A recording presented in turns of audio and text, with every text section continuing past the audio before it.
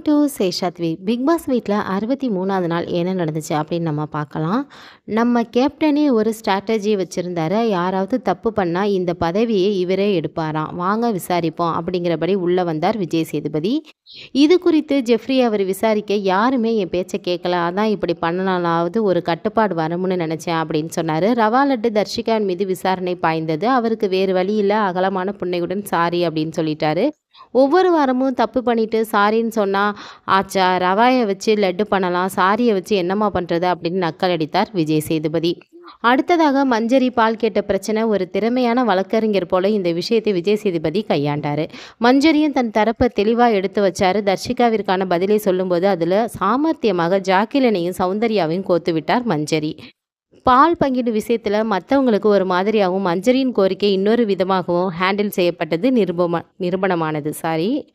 எனவே ஜாக் மற்றும் சௌந்தர்யாவோட வழக்கில் அக்யூஸ்டாக நிற்க வைக்கப்பட்டாங்க. நாம் உணர்ச்சி வசப்பட்டு ஒரு தவறு செஞ்சிட்டோம் அப்படின்னா சம்மந்தப்பட்ட விசாரணையின் போது அதை நேர்மையாக ஒப்புக்கொள்கிறது தான் சிறந்த வழி. அதுதான் அறமு என்பது கூட ஒரு பக்கம் இருக்கட்டும். இந்த அணுகுமுறையை தான் நமக்கு அதிக டேமேஜை குறைக்கும். சாதாரண சூழலையே அப்படின்னு நினைக்கும் போது காமரா கண்காணிச்சிட்டு இருக்கும் பதிவு செய்யும் பிக் பாஸ் வீட்டில் எந்தவித சல்ஜாப்பையும் சொல்லி சமாளிக்க முடியாது. அது பார்வையாளர்களின் மனதில் வெறுப்பையும் எரிச்சலையும் ஏற்படுத்திடும். ஜாக்லின் மற்றும் சௌந்தர்யாவிற்கு மட்டுமல்ல, பெரும்பாலான போட்டியாளர்கள் இப்படி தான் தங்கள் தரப்பை விசாரணையின் போது இழுத்து மழுப்புறாங்க. எனவே அந்த தவறு மேலும் அம்பலமாகி அவர்களின் பெயர் கெட்டு போகுது. ஒருத்தர் கம்மியாக சோறு சாப்பிட்றாங்கன்றதுக்காக எக்ஸ்ட்ரா சோத்தை எடுத்து வச்சுக்க முடியுமா அப்படின்னு இங்கேயும் விதண்டாவாதமாக லாஜிக்கே முன் வச்சார் ஜாக்லின். சிறப்பு, நல்லா பேசுனீங்க, கைத்தட்டுங்க மக்களே அப்படின்னு செஞ்சார் விஜய் சேதுபதி. ஏமா, ஒருத்தர் தன்னோட உரிமையை தனிப்பட்ட வகையில் கோரிக்கையாக கேட்குறதுக்கும் நீங்கள் சொல்கிற உதாரணத்துக்கும் ஏதாவது சம்மந்தம் இருக்கா அப்படின்னு விஜய் சேதுபதி மடக்க வாயடைத்து போனார் ஜாக்லின்.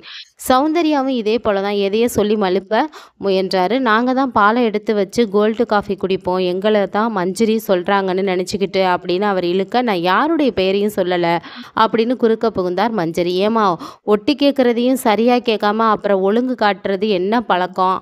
அது நீங்கள் வாயை திறந்து பேசியிருக்கலாம்ல, ஏன் இப்படி பண்ணுறீங்க அப்படின்னு விஜய் சேதுபதி காட்டமாக சௌந்தர்யாவை கேட்க பார்வையாளர்களிடமிருந்து பலத்த கைத்தட்டல் கிடைச்சிச்சு. சரியான பதிலால் எதிர்கொள்ள முடியவில்லை அப்படிங்கிறதுனால ஒருவரை வெறுப்பேற்றும் விதமாக ஒழுங்கு காட்டுறது பள்ளிக்கூட பழக்கம். வளர்ந்த ஆளான சௌந்தர்யா சில சமயங்களில் சாதுரியமாக யோசித்தாலும் பல சமயங்களில் ஸ்கூல் பசங்க மாதிரி சிறுபிள்ளைத்தனமாக செயல்படுறாங்க. இதை க்யூட்னஸ் அப்படின்னு கொண்டாடுறவங்களுக்கு இந்த மென்டல் ஏஜ் பிரச்சனையில் மாட்டிக்கொண்டு போயிடுறாங்க அப்படின்னு தான் பொருள். குழந்தைத்தனமாக இருக்கிறது வேறு, அந்த வேஷத்தில் வன்மத்தை காட்டுறது கொட்டுறதுங்கிறது வேறு. நீங்களெல்லாம் ஏஞ்சல்லாம் இருக்க வேண்டியவங்கன்னு சொன்னாங்க சார் அப்படின்னு சௌந்தர்யா புகார் சொல்ல, ஏமா, நடுவில் பெரிய ராமாயணமே நடந்திருக்கே, அதை சௌகரியமாக விட்டுட்டீங்களே, உங்களுக்கு பால் தான் பிரச்சனையா அல்லது கேட்டது மஞ்சரிங்கிறது பிரச்சனையா அப்படின்னு கேட்கப்பட இரண்டு பேர்ட்டையுமே பதில் இல்லை. இனிமேலும் தாங்கள் செய்த தவறுக்கு முட்டு கொடுக்க முடியாது அப்படிங்கிறத உணர்ந்துட்டாங்க. இதில் தர்ஷிகாவின் சாட்சியம் நேர்மையாக இருந்துச்சு. எனவே மஞ்சரியின் தரப்பு வென்றுச்சு. உங்களை சௌந்தர்யா என்ன சொன்னாங்க ராணவ் அப்படின்னு அவரையும் சாட்சி கலைச்சார் விஜய் சேதுபதி. ஆனால் ராணவால் சட்டன இதில் கனெக்ட் ஆக முடியாமல் விழிச்சிட்டு இருந்தார். இப்போ பாருங்களேன், அவருக்கு பதிலாக நான் பதில் சொல்கிறேன், தலையாட்டிக்கிட்ட உட்கார்ந்துடுவார் அப்படின்னு கிண்டல் அடித்தார் விஜய் சேதுபதி. இதுவும் ஒரு வகையான விஷயம்தான்.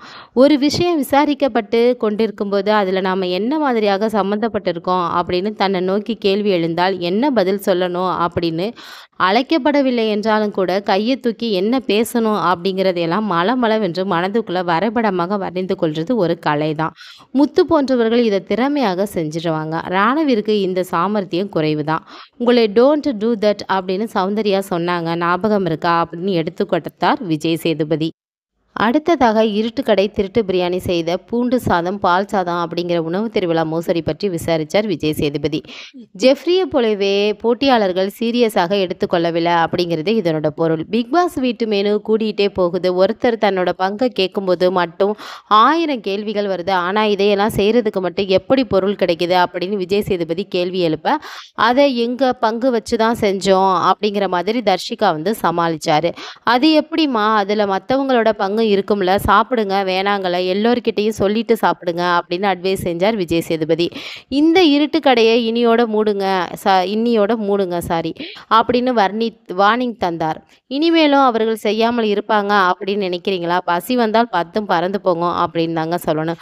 இந்த விசாரணை முடிந்து கிளம்பும்போது மஞ்சரி நீங்க சேவ் அப்படின்னு சொல்லிட்டு விஜய் சேதுபதி சொன்னாரு. இதுதான் அவரது வெறுப்பாளர்களுக்கான நெத்தியடியான பதில். பிரேக் முடிஞ்சு திரும்பி வந்தார் விஜய் சேதுபதி. இப்போதும் பஞ்சாயத்து ஜாக் மற்றும் சௌந்தர்யா மீது தான். இவர்களின் கிரைம் ரெக்கார்டு கூடி நோட்டீஸ் போட்டு ஒட்டும் அளவுக்கு பிரபலமாயிருக்கிறாங்க. ராணவ் ரயான் சண்டையின் போதே சொன்னேன், ஒருத்தரை உடல் ரீதியாக தாக்குறது போல செய்கிறது பார்க்க நல்லா இல்லைன்னு. மறுபடியும் அதே மாதிரியான சம்பவம் நடந்திருக்கு அப்படின்னு விசாரணையை ஆரம்பிச்சாரு. உங்க அப்பா வீடு இல்லைன்றத நான் மீன் பண்ணவே இல்லை. நானும் அப்படி தான் இருக்கேன். சௌந்தர்யா ஏன் ஆடக்கூடாதுன்னு கேட்டதுக்கு ஜாக்லின் முறைச்சா. அது வாக்குவாதமாக வளர்ந்துச்சு. சீ போன்னு சொன்னா. ட்ரிகர் ஆயிடுச்சு. சௌந்தர்யா திடீர்னு பாஞ்சு தள்ளுனா அப்படிங்கிறது தர்ஷிகாவோட விளக்கம். இதற்காக தர்ஷிகாவை கண்டித்த விஜய் சேதுபதி அடுத்தபடியாக ஜாக்லின் பக்கம் திரும்ப இப்போதும் ஒரு மழுப்பலான விளக்கத்தை அவர் அளித்தார். உங்கள் கண்ட்ரோலில் உங்ககிட்ட இருந்திருக்கணும் இல்லையா அப்படின்னு விஜய் சேதுபதி மடைக்கவுடன் அதை ஒப்புக்கொள்வதை தவிர ஜாக்லினுக்கு வேற வழி இல்லை. சௌந்தர்யா உங்களை பற்றி என்ன சொல்கிறதுன்னு எனக்கு தெரியலை. உங்களுக்கு தான் பேச வருமே, பேசியிருக்கலாமே. இப்படி தான் பண்ணுவீங்கன்னா கதவு திறந்து வைக்கிறேன், வெளியில் வந்துடுங்க அப்படின்னு விஜய் சேதுபதி எச்சரிக்கை. பாண்டியராஜன் மொழி மாதிரி அமைதியாக நின்று முழிச்சாரு சௌந்தர்யா. நாமினேட் ஆனவங்களெல்லாம் ஒன்றா உட்காருங்க அப்படின்னு விஜய் சேதுபதி சொல்ல ஏற்கனவே அந்த ஆர்டரில் தான் அமர்ந்திருந்தாங்க. இதெல்லாம் நல்லா பழகிட்டீங்க, ஆனால் நான் சொல்கிற பல விஷயங்களை ஃபாலோ பண்ணுறதே இல்லை அப்படின்னு நக்கலடித்த விஜய் சேதுபதி யார் போவாங்க அப்படின்னு யூக விளையாட்டு ஆரம்பிக்க பெரும்பாலானோர் ரயான் அப்படின்னு சொன்னாங்க. நீங்கள் சேவ்டு ரயான் அப்படின்னு அவர்களுக்கும் அதிர்ச்சி தந்தார் விஜய் சேதுபதி. கூடவே ராணவும் காப்பாற்றப்பட்டார். பிறகு எவிஷன் கார்டை எடுத்த விஜய் சேதுபதி இந்த போட்டியாளரை எனக்கு ரொம்பவும் பிடிக்கும் அப்படின்னு சொல்லி ஆனந்தியின் பெயரை காண்பிக்க அனைவருக்குமே அதிர்ச்சி. ரயான், ராணவ், சத்யா, பவித்ரா அப்படின்னு பெரிய இம்பேக்டை ஏற்படுத்தாத பலரும் உள்ளே இருக்க ஆனந்தி வெளியேறுவது போட்டியாளர்களுக்கு மட்டுமில்லாமல் பார்வையாளர்களுக்குமே அதிர்ச்சியாக இருந்திருக்கும். போட்டியாளராக அல்லாமல் கௌரவ ஆலோசகர்கள் அப்படிங்கிற நிலையிலேயே நின்று ஆனந்தி இயங்கியதுனால அதிகமாக கவனத்தை ஈர்க்கவில்லை அப்படின்னு தோணுது. ஆனந்தின் வெளியேற்றத்திற்கு பவித்ரா, தர்ஷிகா, அன்ஷிதா போன்றவர்கள் உடைந்து அழுதாங்க. 100 நாட்கள் இருந்த தாக்கத்தை 63 நாட்களில் ஆனந்தி செஞ்சிட்டாங்க. இடைவெளி ஏற்படும் நபர்களுக்கு இடையே பேசி ஒட்டும் பசையாக இருந்தாங்க அப்படின்னு பிரிவுரையை சிறப்பாக வழங்கினார் முத்து. மேடைக்கு வந்த ஆனந்தி பிக்பாஸ் அனுபவத்தை விவரித்த விதம் சுவாரஸ்யமாக இருந்துச்சு. உள்ள ஒரு அணியில் பறவை போனால் கூட ஆச்சரியமாக பார்ப்போம். இருட்டோட ஃபீலிங்ஸை மிஸ் பண்ணேன். நமக்கு பிடிக்காதவங்க கூட 2 நாள் இருந்து பழகினா அவங்களோட நல்ல குணங்கள் தெரிஞ்சு பிடிக்க ஆரம்பிச்சிடும்னு இப்போ தோணுது அப்படின்னு வீடு தந்த அனுபவத்தை ஆனந்தி ரொம்பவே அழகாக விவரிக்க கைத்தட்டி பாராட்டினார் விஜய் சேதுபதி. ஏதாவது ஒரு விதத்தில் கிளாரிட்டி வரலைன்னா உங்களையும் முத்துவையும் தான் கூப்பிட்டு கேட்பேன் அப்படின்னு ஆனந்தியின் ஸ்மார்ட்டை பாராட்டி விடை தந்தார் விஜய் சேதுபதி. விடைபெறுவதற்கு முன்னால் சக போட்டியாளர்களிடம் விடைபெற்ற ஆனந்தி சௌந்தர்யாவின் வாய்ஸில் பேசி காட்டியது ரொம்பவே சுவாரஸ்யமான காட்சியாக இருந்துச்சு. பிரேக் முடிந்து திரும்பி வந்த விஜய் சேதுபதி ரெட்டை விரலை காட்ட போட்டியாளர்கள் ஷாக் ஆனாங்க. ஒழுங்காக விளையாடுங்க, அடுத்த வாரம் சந்திப்போன்னு சொல்லிட்டு கிளம்பிடுவார்னு பார்த்தா அப்படிங்கிற அதிர்ச்சி ஒவ்வொரு முகத்திலையும் தெரிஞ்சிச்சு. அதிகமான சஸ்பென்ஸ் வைக்காமல் சாஞ்சனாவின் பெயரை காட்டினார் விஜய் சேதுபதி. என்னது சாஞ்சனாவா அப்படின்னு போட்டியாளர்கள் மட்டும் இல்லாமல் பார்வையாளர்களுமே ஷாக் ஆகி இருப்பாங்கங்க. அந்த வீட்டின் கடைக்குட்டியாக இருந்த சாஞ்சனாவின் வெளியேற்றம் ஏறத்தாழ அனைவரையுமே பாதிச்சிச்சு. குறிப்பாக முத்து இந்த சீசனில் அவர் எதுக்குமே கண் கலங்கி யாரும் பார்த்தது கிடையாது. ஆனால் சாஞ்சனாவின் பிரிவு முத்துவை கண் கலங்க வச்சிருச்சு. நீ ஜெயிக்கணும் முத்து, நல்லா விளையாடு, ஜெயிக்கணும் அப்படின்னு மந்திரம் போல சாஞ்சனா சொல்ல அவரை கட்டி அணைத்து கொண்டு முத்து கலங்கியது நெகிழ்வான காட்சி. இடிக்கு மேலே இடியா அப்படிங்கிற மாதிரி தாங்க முடியாமல் அழுதார் தர்ஷிகா. விடைபெறுவதற்கு முன்னால் தன்னிடம் இருந்த பொம்மையை மஞ்சரிக்கு பரிசளித்த சாஞ்சனா, அவங்கள தனியாக விட்டுறாதீங்க, தனியாக இருக்கிறதோட வழி என்னன்னு எனக்கு தெரியும். நான் முதல்ல அவங்கள அப்படி தான் நினச்சேன், ஆனால் பழகி பார்த்த பிறகு தான் தெரியுது அப்படின்னு மஞ்சரிக்கு ஆதரவாக சாஞ்சனா பேசியது நிச்சயம் பெரிய மனுஷத்தனம் தான் சொல்லணும். மஞ்சரியும் அதை கேட்டு கண் கலங்கினார். பதக்கத்தை முத்துவிற்கு பரிசளித்த சாஞ்சனா, முத்து அண்ணாவை எனக்கு ரொம்ப பிடிக்கும், நிறைய விஷயங்களை கற்று தந்தார் அப்படின்னு சொன்னது சிறப்பான விஷயம். மேடைக்கு பரவசமான சிரிப்புடன் வந்த சாஞ்சனா, இனிமே சார்னு கூப்பிட அவசியம் இல்ல, அப்பான்னு கூப்பிடலாம் அப்படின்னு பாசத்த காண்பிச்சாரு. ஆனா தன் பாசத்த அதிகமாக காட்டிக்கொள்ளாமல் கவனமா இருந்தார் விஜய் சேதுபதி.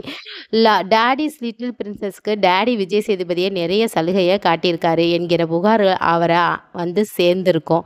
எனவே போட்டியில இருக்கும்போது அப்பா அப்படின்னு கூப்பிடக்கூடாது அப்படிங்கிற உத்தரவு சாஞ்சனாவுக்கு கிடைச்சிருக்கலாம். விஜய் சேதுபதி அப்படி ஒன்று ஸ்பெஷல் சலுகை காட்டியது போல தெரியல. இதை இன்று சாஞ்சனாவே வெளியேற்றிட்டாங்க. தீபக் அண்ணாவ இப்பவும் அதிகம் பிடிக்காது. அன்பா சொன்னா கேட்டுக்குவேன், கோவமா சொன்னா பிடிக்காது அப்படின்னு உண்மையா பேசினார் சாஞ்சனா. "என் அனுபவத்திலிருந்து சொன்னேம்மா, நீ வளர்ந்து சில விஷயங்களை எதிர்கொள்றப்ப நான் சொன்ன உபதேசங்கள் நினைவுக்கு வரலாம்" அப்படின்னு யதார்த்தமான நிலவரத்தை சொன்னார் தீபக். ஒவ்வொரு பெற்றோரும் மூத்தோரும் இளைய தலைமுறைக்கு சொல்லும் உபதேசத்தை பிரதிபலிப்பாக தீபக்கின் ஸ்டேட்மெண்ட் வந்து இருந்துச்சு. களத்தில் 15 போட்டியாளர்கள் இருக்காங்க. இனி ஆட்டம் எப்படி பயணிக்குது அப்படின்னு பார்க்கலாம் என்பதுடன் விடைபெற்றுக் கொண்டார் விஜய் சேதுபதி. இந்த வீடியோ உங்களுக்கு பிடிச்சிருந்துச்சுன்னா லைக் பண்ணுங்க, ஷேர் பண்ணுங்க, மறந்துடாம சப்ஸ்கிரைப் பண்ணுங்க. பாய்.